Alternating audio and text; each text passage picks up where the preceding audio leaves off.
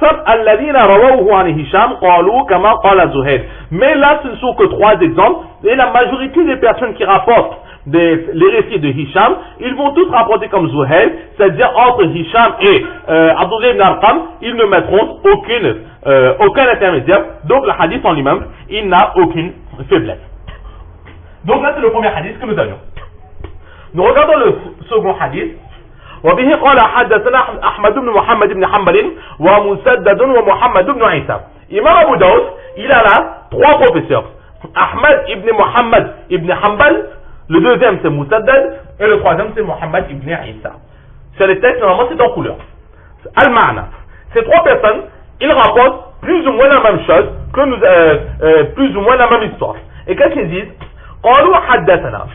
Ils disent tous que Yahya fils de Mu'in. Haddathana Yahya ibn Mu'in. Yahya fils de Mu'in nous a rapporté de An Abi Hazara. Il nous rapporte de Abu Hazara qui dit قال حدثنا Abdullah ibn Muhammad.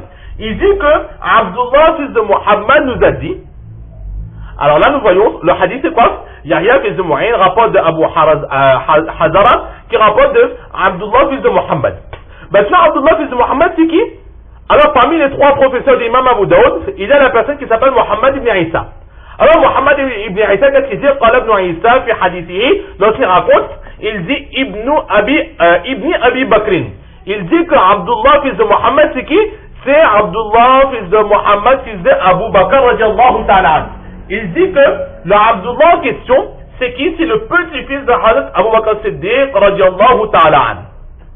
Et ensuite, ثم اتفقوا Akhul Qasim, les 3 professeurs d'Abu Daoud, c'est-à-dire Ahmad fils de Muhammad, Musaddad et Muhammad ibn Isa, les 3, ils précisent, ils disent que Abdullah fils de Muhammad, c'est le frère de Qasim fils de Muhammad.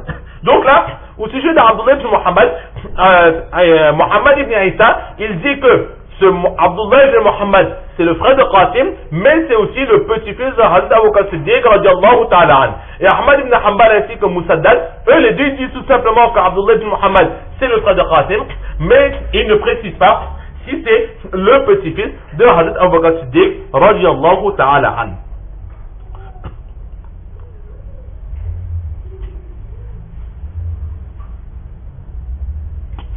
Dedans, ce qu'Imam Abu Daoud il veut nous faire comprendre, c'est que Abdullah, c'est le frère de Qasim. C'est le frère de Qasim. Pourquoi est-ce qu'il nous précise cela? Parce qu'on va voir dans le hadith qui va venir. Là, c'était juste la chaîne de transmission. Et le hadith lui-même, c'est quoi? Donc, le petit-fils de Hazrat Abu Bakr Siddiq radiallahu ta'ala, c'est-à-dire Muhammad, il dit que nous étions auprès de Hazrat Aïcha radiallahu ta'ala anha. Et donc, Hazrat Aïcha, c'est qui? C'est sa tante. Le grand-père, c'est Abu Bakr. Le père, c'est Muhammad.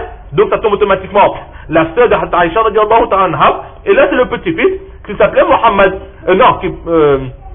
Qui s'appelait Abdullah. Et Abdullah, qu'est-ce qu'il dit? Il dit que nous étions auprès de Hazrat Aïcha radiallahu ta'ala anha. Fajji'a bi ta'amiha. Et là, elle a emmené de la nourriture. Et tout de suite, faqam al-Qasim. Qasim s'est levé. Et Qasim, c'est qui? C'est ce que les 3 narrateurs ils ont dit, c'est Akhul Qasim, c'est son frère. Donc, Abdullah, il a un frère qui s'appelle Qasim. Donc, Abdullah dit que mon frère et moi, nous étions chez ma tante Aïcha, radiallahu ta'ala anha, et elle a emmené de la nourriture. فقام القاسم يصلي. Et tout de suite, lorsque la nourriture est arrivée, Qasim s'est mis debout, et il a commencé sa prière. Et là, Hazrat Aïcha radiallahu ta'ala anha, on a interdit. Elle a dit, فقالت سمعت رسول الله صلى الله عليه وسلم يقول, j'ai entendu le prophète صلى الله عليه وسلم dire, لا يصلى بحضرة الطعام ولا هو يدافعه الأخبثان. Que la prière ne sera pas accomplie lorsque la nourriture est servie. Lorsque la nourriture est servie, ne pas accomplir la prière, et lorsque nous avons une envie pressante d'aller aux toilettes, là aussi, ne pas accomplir la prière. Dans ce hadith, Imam Abu Daoud il a mentionné ce hadith pour la deuxième partie. La deuxième partie, c'est ne pas accomplir la prière lorsque nous avons une envie pressante. Et Hazrat Aïcha radiallahu ta'ala anha, en mentionnant ce hadith, elle, ce qui l'intéresse, c'est la première partie, ne pas accomplir la prière lorsque nous avons envie, non, lorsque la nourriture est servie, ne pas accomplir la prière. Maintenant, pour bien comprendre ce hadith, il faut comprendre l'histoire de ce hadith. L'histoire de ce hadith, c'est quoi? C'est que Muhammad et Qasim, ce sont 2 frères. deux frères d'un même père. Le père c'est qui? Le père c'est Mohammed. Le père c'est Mohammed. Donc Abdullah et Qasim deux frères et le père c'est Mohammed. Mais la mère est différente. La mère de Abdullah c'est une femme et la mère de Qasim c'est une autre femme. Et la mère de Qasim à l'origine c'était une esclave affranchie. Elle était esclave du père de Qasim, c'est-à-dire de Mohammed, et avec son esclave, Hazrat Mohammed alayhi rahma, il a eu un enfant. Et automatiquement, lorsqu'un maître a un enfant avec une de ses esclaves, au décès du maître, la femme retrouve sa liberté. Là, c'est une loi en islam. Maintenant, ces deux frères viennent voir Hazrat Aïcha radiallahu ta'ala anha. Mais Abdullah, il avait eu une très bonne éducation. Et dans son élocution aussi, il était très posé, un très bon vocabulaire, une belle façon de parler et de s'exprimer. Alors que Qasim, il n'avait pas cette faculté. Lui, c'était un petit peu en langage de bédouin, un langage un peu dur, avec des mots pas forcément très appropriés, etc. Et Hazrat Aïcha radiallahu ta'ala, en tant que tante, elle a essayé d'expliquer à Qasim. Et lui a dit, pourquoi regarde-moi ton fils, est-ce qu'il parle avec autant d'éloquence, autant de finesse. Et toi, pourquoi est-ce que tu as un langage aussi, pas vulgaire, mais aussi grossier? Un langage, nous voyons que tu es quelqu'un qui n'a pas eu la meilleure des éducations. Et on remarque cela surtout lorsque l'on connaît que ta mère était une esclave. Et là, Aïcha radiallahu ta'ala anha, elle va réprimander son neveu Qasim sur son langage, et dans sa réprimande, il va mettre en premier plan son manque d'éducation du fait que sa mère était esclave. Et ces paroles vont vexer son neveu, Hazrat Qasim. Lorsque Aïcha radiallahu ta'ala anha va ensuite le servir à manger, là, Hazrat Qasim, il va se lever, il n'aura pas encore digéré cette remarque, et là il va se dire intérieurement que si tu me critiques et tu n'es pas d'accord avec moi, pourquoi est-ce que je vais manger de ta nourriture?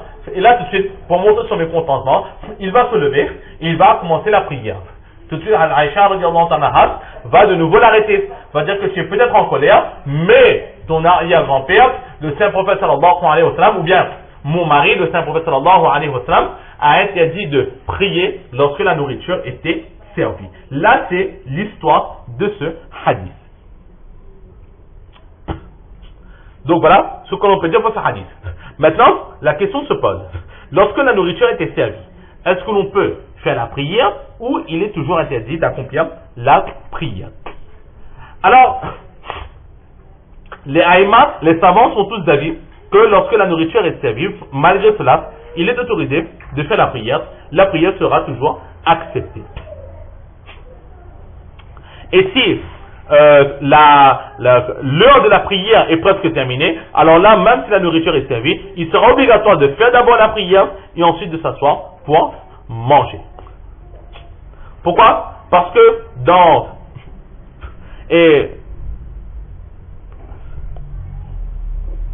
il y a un groupe, le groupe des Zawahiri.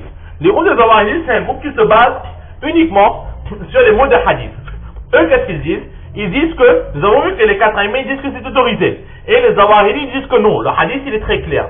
Il dit que lorsque la nourriture est servie, alors ne pas aller prier. Même si c'est l'heure de la prière, quoi qu'il en soit, on mange d'abord. Alors les quatre aïmats, ils disent que non. Là, c'est tout simplement une recommandation. On va voir quand est-ce que cette recommandation s'applique. Mais on peut quand même faire la prière, même si la nourriture est servie. Pourquoi? Parce que dans un récit, il est dit la tu'akhiru as-salat li ta'amin wala li ghayrihi. Ne retardez la prière ni pour la nourriture ni pour autre chose. Donc là nous voyons très clairement que la prière sera toujours en avant. Maintenant, parce que le problème souvent s'applique, surtout pour les hommes. Lorsque nous avons besoin d'aller à la prière, surtout par exemple pour la prière de Zohar ou la prière d'Aïcha, alors avec tout le respect que nous avons pour nos mères ou nos épouses et pour tout le service qu'ils nous rendent, mais malgré cela, apparemment, c'est le cas de beaucoup, à 99% dans tous les foyers, bizarrement, juste lorsque c'est l'heure de quitter pour aller à la prière, c'est là qu'on dit, allons, on va manger, on passe à table. La prière est par exemple à 1h15, alors à 1h15 à 1h, c'est là qu'on va manger. Alors là, on est dans un dilemme. Est-ce qu'on va d'abord faire la prière ou est-ce qu'on doit manger? Et si on mange, alors on va rater la prière. Alors là, l'enseignement il est très clair. Si la nourriture est là et qu'on risque de rater la prière, on va d'abord aller prier. Car on peut retarder notre nourriture, mais on ne peut rattraper la jamaat qu'on aura ratée. Donc, là, on donne toujours préférence à la prière. Maintenant, Imam Rizali alayhi rahma dit que le prophète d'Allah sallallahu alayhi wa sallam a dit de ne pas prier lorsque la nourriture est servie. Là, c'est dans le cas où la nourriture risque de se gâter. La nourriture va se gâter. Alors là, si on accomplit la prière, la nourriture va se gâter. Donc là, ce sera un manque de respect des bienfaits d'Allah. Là, dans ce cas, Imam Rizali dit, on mange d'abord et ensuite on fait la prière. Imam Shafi'i dit que ce hadith de ne pas prier lorsque la nourriture est servie, c'est lorsque la personne a très très faim. Lorsque nous avons très très faim, alors là, pour ne pas tomber faible et pouvoir adorer Allah comme il le faut, on va manger d'abord et ensuite on va accomplir la prière. Et Imam Malik alayhi rahman, lui, il rejette carrément cet enseignement. Il dit que non, la prière passera toujours avant et jamais la nourriture. Oui, il dit si par exemple quelqu'un a gardé son jeûne, donc avant la prière de Maghrib, il a le droit de manger quelques dates pour prendre des forces, mais très rapidement pour ensuite retourner vers la prière. Et Imam Abu Hanifa alayhi rahman, lui, il retourne un petit peu comme Imam Shafi'i alayhi rahman, il dit que si par exemple la nourriture a été servie et que nous avons la certitude que si on ne mange pas tout de suite, notre esprit de la prière sera constamment tourné vers la nourriture. Que nous ayons très faim ou que nous n'ayons pas trop faim. Par exemple, maman a fait uniquement 2 gosses et nous sommes à 3.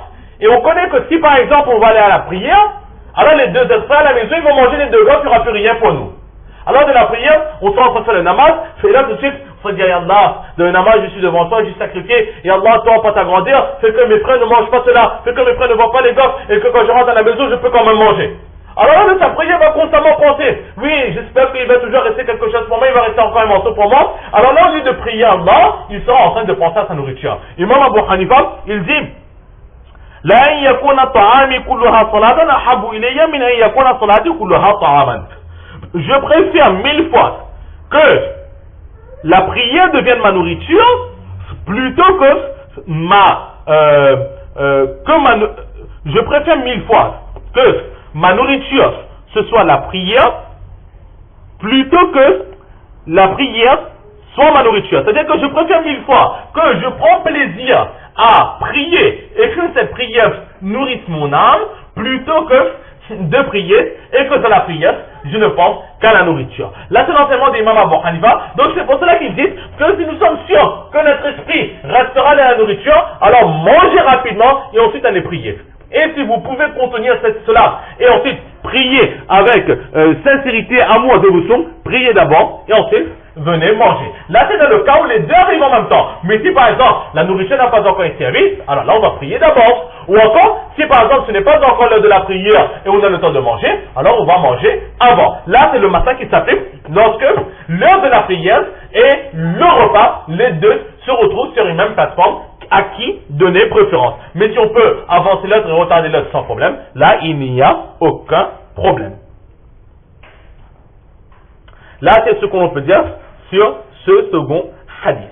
Donc il va rester un dernier hadith à faire pour terminer ce chapitre. Nous allons nous arrêter ici pour aujourd'hui. Allah subhanahu wa ta'ala nous donne le tawfiq de comprendre ces quelques paroles, surtout de mettre en pratique et de propager. Wa ma tawfiqi illa billah. Et la prochaine fois on va terminer ce chapitre et commencer le chapitre suivant.